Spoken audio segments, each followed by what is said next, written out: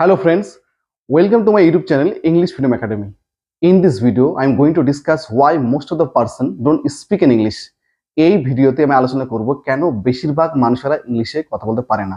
দেখো, তোমরা যারা ইংলিশে কথা বলতে পারো না, যদি এই ভিডিওটা দেখো, আমি আশা করছি এরপর থেকে কিন্তু ইংলিশে কথা বলতে তোমাদের সমস্যা হবে না। So there are many reasons, but in this video I will only discuss the 5 most important reasons.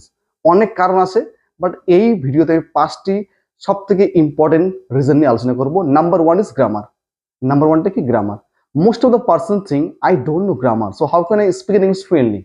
বেশিরভাগ মানুষ কিভাবে, আমি তো গ্রামার জানি না, তাহলে আমি কিভাবে ইংরেজিতে কথা বলবো? But this is not completely true, কিন্তু পুরোপুরি সত্যি না। You need to know the basic grammar. তোমাকে বেসিক গ্রামারটা জানতে হবে। You need to know person number, sentence, tense, voice, narration, degree, use of article and preposition. It is really okay in your initial stage to speak in English. তোমার শুরুতে basic গ্রামারটা জানলে তোমরা কিন্তু ইংরেজিতে কথা বলতে পারবে।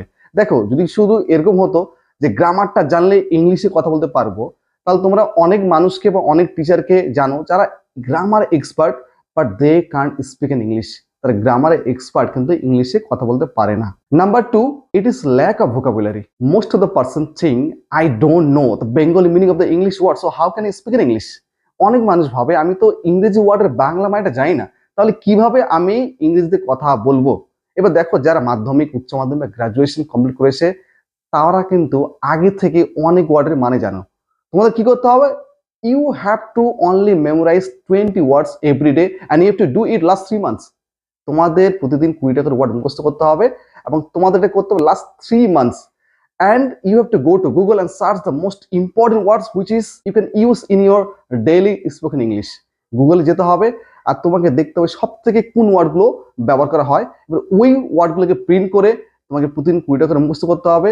You will be glad to know that if someone memorize 20 words every day within 3 months, you will memorize 1800 words. তোমরা জেনে আনন্দিত হবে, কেউ যদি 20টা করে মুখস্থ করে, সে 3 মাসের মধ্যে 1800টা ওয়ার্ড মুখস্থ করবে এবং 1500 ওয়ার্ড যথেষ্ট ইংলিশে নর্মালি কথা বলার জন্য। তো তোমাদের কিন্তু প্রতিদিন 20টা করে ওয়ার্ড মুখস্থ করতে হবে, এনি হাউ, যেভাবে হোক। Number 3, it is shyness. Number 3টা কি? শাইনেস, লজ্জা। অনেক মানুষ কিন্তু ইংরেজিতে কথা বলতে চায় না শুধু লজ্জার কারণে। So it's my free advice to all of you. If you really want to speak in English, you have to just kick out your shyness from your mind. তোমরা যদি ইংরেজিতে কথা বলতে চাও, শাইনেসটা কিক আউট করতে হবে তোমার মন থেকে। Number 4, it is self confidence. Self confidence is really important to do any kind of work. যে কোনো কাজকে করার জন্য আত্মবিশ্বাস খুব জরুরি। If you don't have this kind of self confidence, it is really impossible for you to speak in English. যদি এই ধরনের আত্মবিশ্বাস না থাকে তোমার মনের মধ্যে, তুমি কিন্তু ইংলিশে কথা বলতে পারবে না। So you have to think about your goal, why do you want to speak in English. তোমাকে ভাবতে হবে কেন তুমি ইংরেজিতে কথা বলতে পারছো, then you will regain your self confidence. তাহলে কিন্তু তুমি তোমার আত্মবিশ্বাসটা ফিরে পাবে। Number 5, and it is the most important point according to me, it is fearness. Number 5, এটা সব থেকে একটা ইম্পর্টেন্ট পয়েন্ট, এটা হচ্ছে ভয়। Most of the person they always think about the reaction of other person whom they never meet in the life. বেশিরভাগ মানুষ অন্য মানুষের রিয়েকশন সম্পর্কে ভাবে, যাদেরকে তারা কখনো দেখেনি বা সাক্ষাৎ করেনি। এবার দেখো, কেউ যদি খুব ভয় করে, তাহলে কিন্তু আরো সমস্যা হতে পারে। They will become nervous. তারা কিন্তু নার্ভাস হয়ে যাবে। And if someone will become nervous, it is very difficult for them to speak in English. In this video, I have discussed the most important reason why most of the person don't speak in English. So if you like the video, please share the video with your friends and don't forget to subscribe my channel to get another important video about spoken English.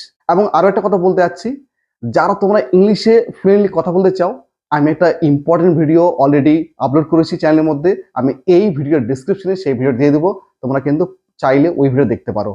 So ভিডিওটা এই পর্যন্ত। Video দেখার জন্য সবাইকে অনেক ধন্যবাদ।